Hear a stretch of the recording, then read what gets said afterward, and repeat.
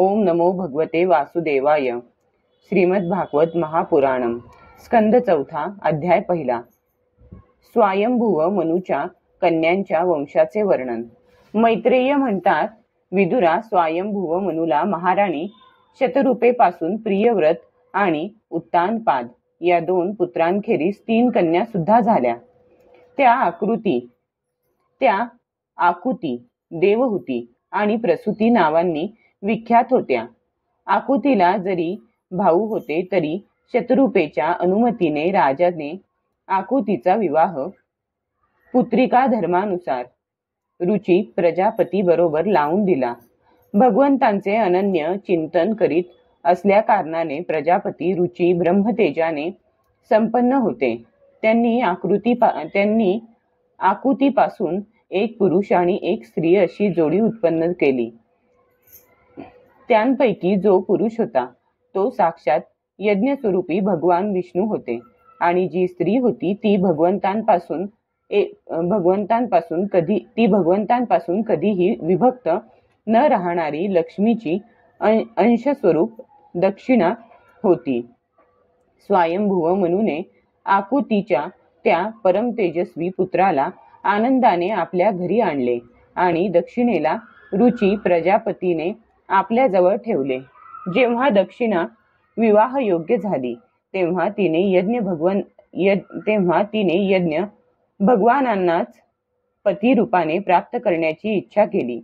तेव्हा भगवान यज्ञपुरुषांनी तिच्याशी विवाह केला.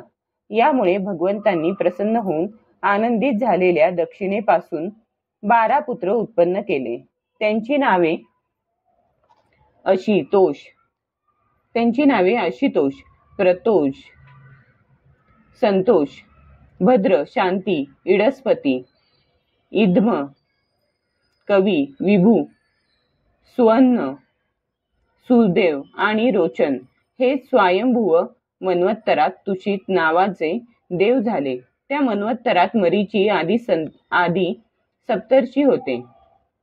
भगवान यज्ञच इंद्र होता आणि महान प्रभावशाली प्रियव्रत आणि उत्तानपाद हे मनुपुत्र होते.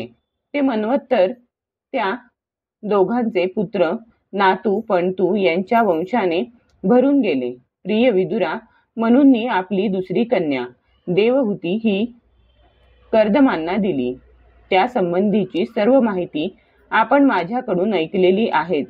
भगवान मनूंनी आपली तिसरी कन्या प्रसूती ब्रह्मदेवाचा पुत्र दक्ष प्रजापतीला दिली. त्याची विशाल वंशपरंपरा सर्व त्रैलोक्यात पसरली आहे. कर्दमांच्या ज्या 9 कन्या 9 ब्रह्मर्षींच्या पत्नी होत्या त्यांच्या वंशपरंपरेचे वर्णन ऐक. मरीची ऋषींची पत्नी म्हणजेच कर्दमांची कन्या कला, हिच्यापासून कश्यप आणि पूर्णिमा नावाच्या 2 अपत्ये झाली.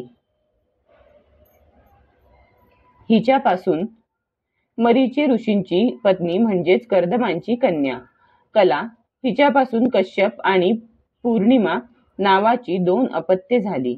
त्यांच्या वंशांनी हे जग भरलेले आहे. हे शत्रुंजय विदुरा पौर्णिमेला विरज आणि विश्वग नावाची 2 मुले आणि देवकुल्या नावाची 1 कन्या झाली. हीच पुढच्या जन्मात श्रीहरींच्या चरणतीर्थापासून देवनदी गंगेच्या रूपाने प्रगट झाली. अत्रींची पत्नी अनसूया हिला दत्तात्रेय, दुर्वास आणि चंद्र नावाचे 3 परम यशस्वी पुत्र झाले. हे अनुक्रमे विष्णू, शंकर आणि ब्रह्मदेव यांचे अवतार होते. विदुराने विचारले, गुरुवर्य, जगाची उत्पत्ती, स्थिती आणि अंत करणाऱ्या या सर्व श्रेष्ठ देवांनी अत्री मुनींच्या घरी काय करण्याच्या इच्छेने अवतार घेतला हे मला सांगा. मैत्रेय म्हणाले, जेव्हा ब्रह्मदेवांनी ब्रह्मज्ञान्यांमध्ये श्रेष्ठ असणाऱ्या अत्रींना संतती उत्पन्न करण्याची आज्ञा दिली तेव्हा ते आपल्या पत्नीसह तप करण्यासाठी वृक्ष नावाच्या कुलपर्वतावर गेले. तेथे फुलांच्या गुच्छांनी लहडलेले पलाश आणि अशोक वृक्षांचे वन होते. तसेच तेथे सगळीकडे निर्विंध्या नदीच्या पाण्याचा खळखळाट मधुर ध्वनी करीत होता. त्या वनात ते मुनी प्राणायामाने चित्ताला वश करून 100 वर्षेपर्यंत केवळ वायू भक्षण करून थंडी, उष्णता इत्यादी द्वंद्वांची पर्वा न करता एका पायावर उभे होते. त्यावेळी ते मनोमन अशी प्रार्थना करीत होते की जो कोणी संपूर्ण जगाचा ईश्वर आहे त्याला मी शरण आलो आहे.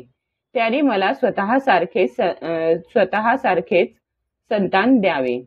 प्राणायाम रूपी इंधनाने प्रज्वलित झालेले अत्री मुनींचे तेज त्यांच्या मस्तकातून निघून तिन्ही लोकांना तप्त करीत आहे असे पाहून ब्रह्मा, विष्णू आणि महादेव हे तिन्ही जगतपती त्यांच्या आश्रमात आले.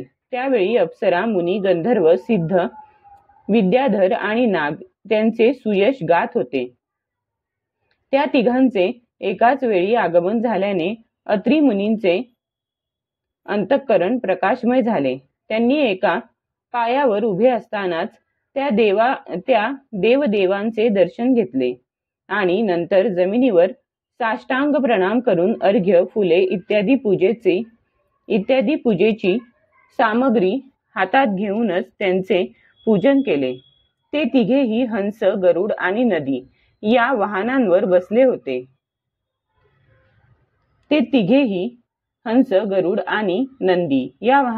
बसले होते. तसेच आपल्या हातातील कमंडलू, चक्र, त्रिशूल इत्यादी चिन्हांनी युक्त होते. त्यांच्या डोळ्यांतून कृपेचा वर्षाव होत होता. त्यांच्या मुखावर मंद हास्य विलसत होते. त्यांच्या तेजाने दिपून जाऊन मुनींनी आपले डोळे झाकून घेतले. त्यांनी आपले चित्त त्यांच्यावर एकाग्र केले आणि हात जोडून अतिमधुर आणि सुंदर भावपूर्ण वचनांनी लोकांमध्ये सर्वश्रेष्ठ अशा त्या तिन्ही देवांची स्तुती करण्यास सुरुवात केली. अत्री मुनी म्हणाले, भगवन, प्रत्येक कल्पाच्या आरंभी जगाची उत्पत्ती, स्थिती आणि लय यासाठी जे मायेच्या सत्वादी 3 गुणांचे विभाग करून भिन्न भिन्न शरीरे धारण करतात ते ब्रह्मा, विष्णू आणि महादेव आपणच आहात. मी आपणास प्रणाम करतो. मी ज्यांचे आवाहन केले होते ते आपल्यापैकी कोण आहेत? कारण मी तर संतान प्राप्तीच्या इच्छेने केवळ एका भगवान सुरेश्वरांचेच चिंतन केले होते. असे असता आपण तिघे येथे कसे आलात? आपल्यापर्यंत तर देहधारी लोकांच्या मनाचीही गती असत नाही.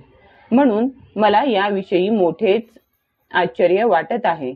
आपण कृपा करून मला याचे रहस्य सांगावे. मैत्रेय म्हणाले, विदुरा, अत्री मुनींचे वचन ऐकून ते तिन्ही देव हसले आणि मधुर वाणीने त्यांना सांगू लागले. देव म्हणाले, ब्रह्मन, आपण सत्यसंकल्प आहात, म्हणून तुम्ही जसा संकल्प केलात तसेच झाले पाहिजे. त्याच्या विपरीत कसे होऊ शकेल? तुम्ही ज्याचे ध्यान करीत होतात तेच आम्ही आहोत. प्रिय महर्षी, तुमचे कल्याण असो. तुम्हाला आमचेच अंशस्वरूप 3 जगद्विख्यात पुत्र उत्पन्न होतील आणि तुमच्या उत्तम यशाचा ते विस्तार करतील.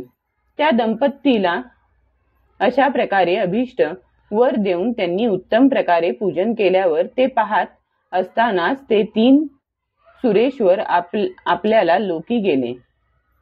ब्रह्मदेवाच्या अंशापासून चंद्र,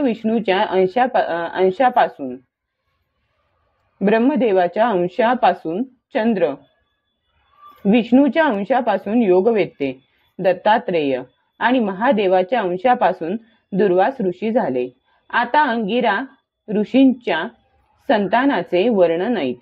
अंगिरांची पत्नी श्रद्धा हिने सिनीवाली, कुहू, राका आणि अनुमती या 4 कन्यांना जन्म दिला. यांच्याशिवाय साक्षात भगवान उतथ्य आणि ब्रह्मनिष्ठ बृहस्पती असे तिला 2 पुत्र झाले. ते स्वारोचिष मन्वंतरात प्रख्यात झाले. पुलस्त्य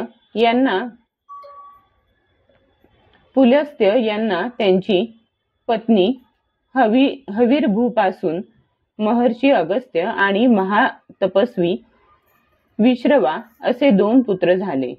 यांतील अगस्त्य पुढील जन्मात जठराग्नी झाले. विश्रवा मुनींना ईडविडेपासून यक्षराज कुबेर झाला आणि त्यांची दुसरी पत्नी केशिनीपासून रावण, कुंभकर्ण आणि विभीषण उत्पन्न झाले. महामते महर्षी पुलहांची पत्नी साध्वी गतीपासून कर्मश्रेष्ठ वरियान आणि सहिष्णू असे 3 पुत्र झाले. याचप्रमाणे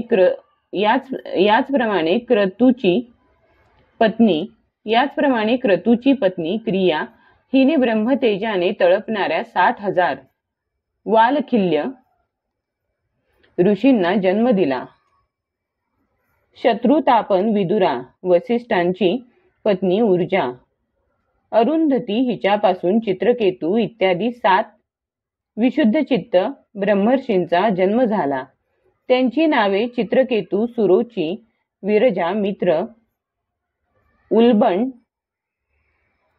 वसुभृद्यान आणि द्युमान अशी होती. याशिवाय त्यांच्या दुसऱ्या पत्नीला शक्ती इत्यादी आणखी काही पुत्र होते.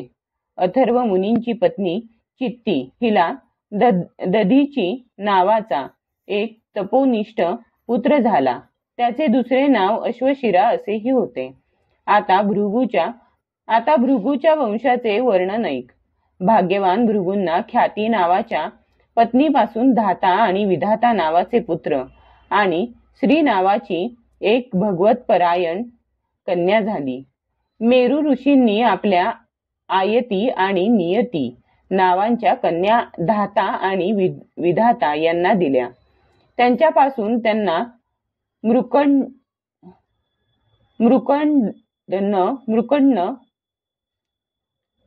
आणि प्राण नावाचे पुत्र झाले. त्यांच्यापैकी मृकण्णापासून मार्कंडेय आणि प्राणापासून मुनिवर वेदशिरा यांचा जन्म झाला. भृगूंचा एक कवी नावाचा पुत्र होता. त्याचाच पुत्र भगवान शुक्राचार्य होय. विदुरा या सर्व मुनीश्वरांनी संतती उत्पन्न करून सृष्टीचा विस्तार केला. अशा प्रकारे मी तुला हे कर्दमांच्या वंशातील संतानांचे वर्णन सांगितले. जो पुरुष हे श्रद्धापूर्वक ऐकेल त्यांची मोठी पापे हे कथानक तत्काळ नाहीसे करील. ब्रह्मदेवाचा पुत्र दक्ष प्रजापतीने मनुपुत्री प्रसूतीशी विवाह केला. त्याने तिच्यापासून सुंदर डोळ्यांच्या 16 कन्या उत्पन्न केल्या. दक्षाने त्यांपैकी 13 धर्माला, 1 अग्नीला, 1 एकचित्त असणाऱ्या पितृगणांना आणि 1 संसाराचा संसार करणाऱ्या तसेच जन्ममृत्यूपासून सोडविणाऱ्या भगवान शंकरांना दिली. श्रद्धा, मैत्री, दया, शांती, तुष्टी, पुष्टी, क्रिया, उन्नती, बुद्धी, मेधा, तितिक्षा ही आणि मूर्ती या धर्माच्या पत्नी होत. त्यांपैकी श्रद्धेने शुभ, मैत्रीने प्रसाद, दयेने अभय, शांतीने सुख, तुष्टीने आनंद आणि पुष्टीने अहंकार यांना जन्म दिला. क्रियेने योग, उन्नतीने गर्व, बुद्धीने अर्थ, मेधेने स्मृती, तितिक्षेने क्षेम आणि ह्रीने प्रक्षय नावाच्या पुत्राला जन्म दिला. सर्व गुणांची खाण असणाऱ्या मूर्तीदेवीने नरनारायण ऋषींना जन्म दिला. यांचा जन्म झाल्याबरोबर हे संपूर्ण विश्व अत्यंत आनंदित होऊन प्रसन्न झाले. त्यावेळी लोकांची मने, दिशा, वायू, नदी आणि पर्वत प्रसन्न झाले. आकाशात मंगलवाद्ये वाजू लागली. देवता फुलांचा वर्षाव करू लागल्या. मुनी प्रसन्न होऊन स्तुती करू लागले. गंधर्व आणि किन्नर गाऊ लागले. अप्सरा नाचू लागल्या. अशा प्रकारे त्यावेळी मोठाच आनंदोत्सव झाला आणि ब्रह्मादिक सर्व देव स्तोत्रांनी त्यांची स्तुती करू लागले. देव म्हणाले, ज्याप्रमाणे आकाशात निरनिराळ्या रूपांची कल्पना केली जाते, त्याप्रमाणे ज्यांनी आपल्या मायेने आपल्या स्वरूपामध्ये या विश्वाची रचना केली आणि आपल्या त्या स्वरूपाला प्रकाशित करण्यासाठी यावेळी या धर्माच्या घरी ऋषी रूपाने स्वतःला प्रकट केले, त्या परमपुरुषाला आमचा नमस्कार असो. ज्यांच्या तत्वाचे शास्त्राच्या आधारावर केवळ अनुमान केले जाते, त्याच भगवंतांनी विश्वाच्या व्यवहारात कोणत्याही प्रकारची गडबड होऊ नये यासाठी आम्हा देवतांना सत्वगुणापासून उत्पन्न केले आहे. आता त्यांनी सौंदर्याचे निवासस्थान असलेल्या निर्मळ कमळाला सुद्धा खाली पहावयास लावणाऱ्या आपल्या कारुण्यमय दृष्टीने आमच्याकडे पहावे. विदुरा, प्रभूंचे दर्शन झालेल्या देवतांनी अशा प्रकारे स्तुती केलेले भगवान नरनारायण दोघेही गंधमादन पर्वतावर गेले. भगवान श्रीहरींचे अंशभूत असे हे तेच नरनारायण पृथ्वीचा भार उतरविण्यासाठी यदुकुलभूषण श्रीकृष्ण आणि त्यांच्याच सारखे श्यामवर्ण कुरुकुलतिलक अर्जुन या रूपांनी येथे अवतीर्ण झाले आहेत. अग्नीची पत्नी स्वाहाने अग्नीचेच अभिमानी असणारे पवमान आणि सुची हे 3 पुत्र उत्पन्न केले. हे तिघेही हवन केलेल्या पदार्थांचे भक्षण करणारे आहेत. या तिघांपासून आणखी 45 प्रकारचे अग्नी उत्पन्न झाले. हेच आपले 3 पिता आणि 1 पितामह यांच्यासह 49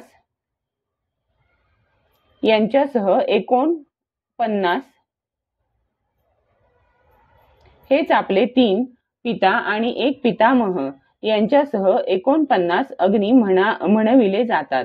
वेदज्ञ ब्राह्मण वैदिक यज्ञकर्मांमध्ये ज्या 49 अग्नींच्या नावांनी अग्नेयी इष्टी करतात, ते हेच होत.